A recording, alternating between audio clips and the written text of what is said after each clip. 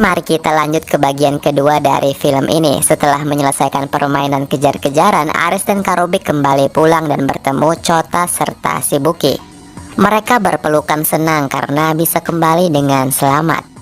Setelahnya mereka berkumpul untuk makan malam. Karobe menceritakan kepada teman-temannya di sini bahwa ia membawa walkie-talkie yang ia temukan, dan benda tersebut sedikit membawa sebuah petunjuk. Seseorang dalam walkie-talkie itu mengatakan jika jawaban dari teka-teki ini ada di sebuah pantai. Lalu Shibuki berkata pada Karobe bahwa hari ini pisah dirinya dan Chota akan segera habis. Karobe yang mendengar itu pun memutuskan untuk mengikuti permainan lagi dan akan memperpanjang pisah mereka berdua. Ketika Aris dan yang lainnya akan ikut permainan itu, Karobe belum kunjung datang juga. Awalnya Chota marah dan akan pergi terlebih dahulu, tetapi tak lama kemudian Karobe pun datang dan meminta maaf karena terlambat.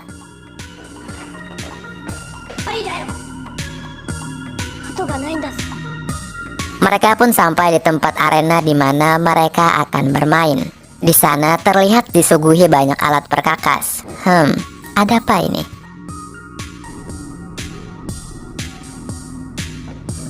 Layar HP pun menyala menunjukkan sebuah perintah agar mereka menggunakan kacamata dan juga pengikat leher yang sudah disediakan. Ketika mereka semua sudah memakainya, tingkat kesulitan permainannya yaitu 7 hati. Dan ini adalah misi yang paling sulit karena jenis permainan ini tentang mempermainkan perasaan seseorang dan berakhir menjadi pengkhianatan. Jenis permainannya yaitu petak umpet, dan aturannya adalah salah satu orang akan menjadi serigala dan 3 lainnya akan menjadi domba.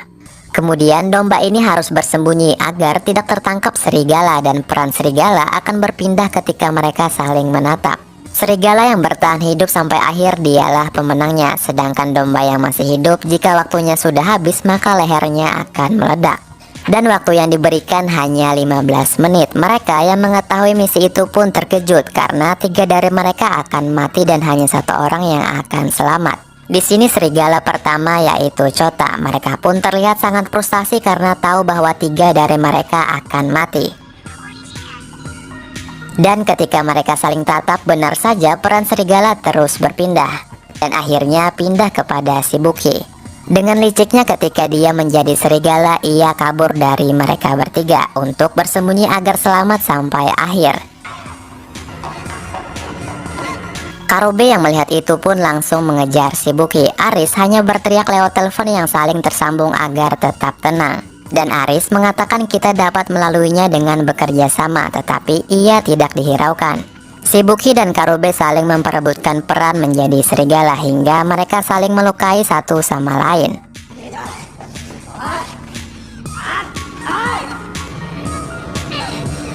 Aris yang melihat itu pun mencoba melerai, tetapi ia tidak berhasil karena mereka terus tidak berhenti. Hingga akhirnya dengan tidak sengaja Aris bertatapan dengan Karobe, dan kini sekarang Arislah yang berperan sebagai serigala. Karobe dan Shibuki tidak tinggal diam. Mereka mengejar Aris yang mencoba untuk kabur, sedangkan Chota yang cedera hanya bisa mendoakan mereka sambil menangis. Ketika di tengah jalan, Aris dihadang oleh Shibuki dan di belakangnya ada Karobe.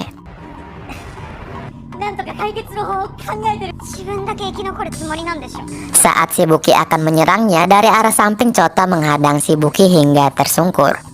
Aris pun memanfaatkan keadaan itu dan berhasil lolos, tetapi Karobe mengejarnya tanpa henti. Ia pun masuk ke dalam sebuah goa. Di sana ada sebuah pantulan kaca dan ia membawa alat perkakas yang tadi ia ambil dan mencoba membuka kacamatanya, namun hasilnya nihil. Ia tidak bisa membukanya hingga akhirnya ia memilih jongkok bersembunyi dari Karobe yang masih mencari keberadaannya.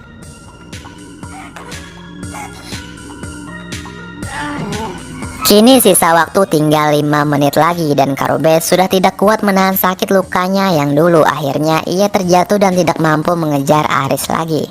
Di saat sedang bersembunyi, Aris berpikir akan kenangan ia bersama dengan Karube dan Chota, hingga ia pun memutuskan untuk mengakhiri permainan ini.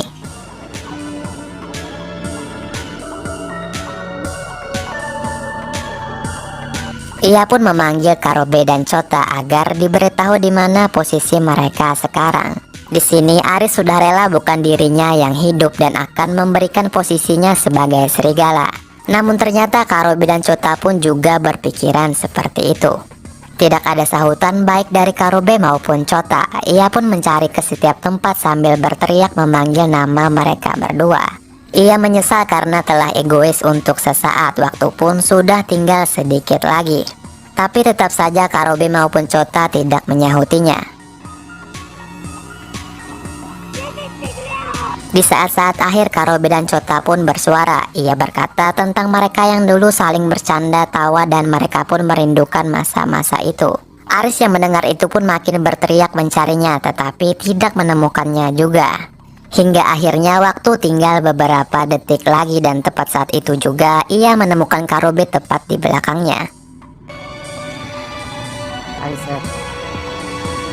Kemudian di sini Chota mengatakan hiduplah untuk kami, dan di hadapannya juga ia melihat Karube yang mati meledak karena kalung yang ada di lehernya. Aris pun hanya bisa menangis histeris dan menyesali perbuatannya, hingga ia pun tidak ada semangat untuk hidup lagi.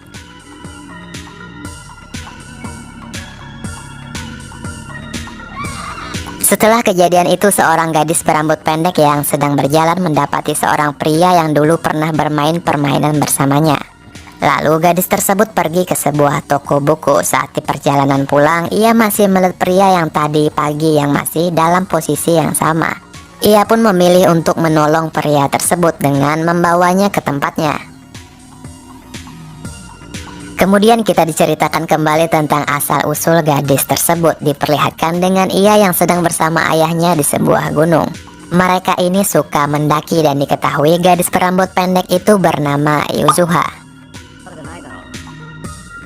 Suatu hari banyak sekali wartawan yang menggerumuni rumah Yuzuha dan ayahnya sedang pergi mendaki. Tak lama setelahnya muncul sebuah berita bahwa ayahnya ini bunuh diri. Aris pun kini terbangun dari tidurnya dan sudah berada di tempatnya Yuzuha.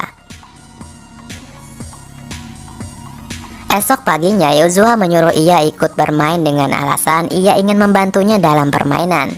Karena dulu ia pernah menolongnya juga di permainan kejar-kejaran. Awalnya Aris tak punya semangat ikut main, namun karena kata-kata mutiara Yuzuha akhirnya Aris pun ikut bermain.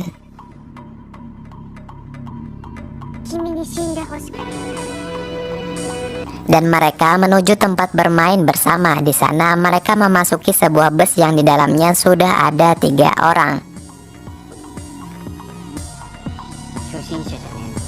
Permainan pun akan dimulai. Kesulitannya 4 keriting yang berarti tentang kekompakan tim. Permainan jarak ini aturannya adalah bertahan selama percobaan dan mencapai tujuan dalam waktu yang sudah ditentukan. Mereka harus mengejar jarak dengan cara berlari, tetapi salah satu dari mereka ada yang mengalami cedera di kaki. Jadi ia memilih tidak ikut serta dan hanya menunggu di dalam bus. Setelahnya mereka pun berlari hingga berjarak sangat jauh, tetapi di tengah jalan ada seekor macan hitam yang menerjang mereka. Dan salah satu dari mereka pun diterkam hingga mati.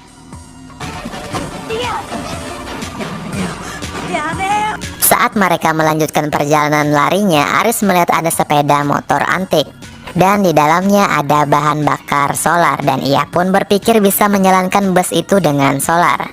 Hingga akhirnya Aris pun kini memutar balik karena ia ingin membawa temannya yang ada di dalam bus.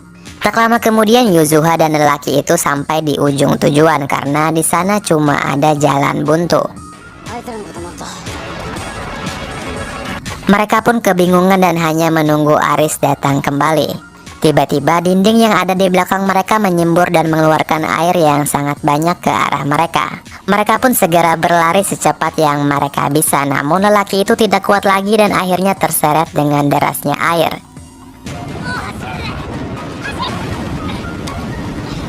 Sedangkan Yuzuha tetap berlari secepat-cepatnya dan ia bertemu dengan Aris yang membawa bus lalu menariknya masuk.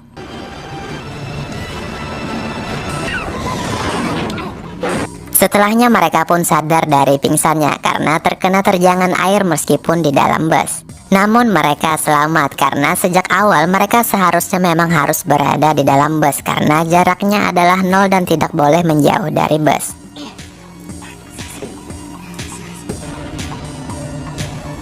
Kemudian laki-laki yang cedera tadi memutuskan untuk berpisah dan menempuh jalannya sendiri. Lalu mereka berada di tepi sungai. Aris di sini merencanakan sesuatu dan akan menuju tempat yang ada pantainya. Seperti dalam walkie-talkie tersebut, ia mempercayai apa yang dipercaya oleh Karube bahwa di sana akan menemukan jawabannya dari semua ini.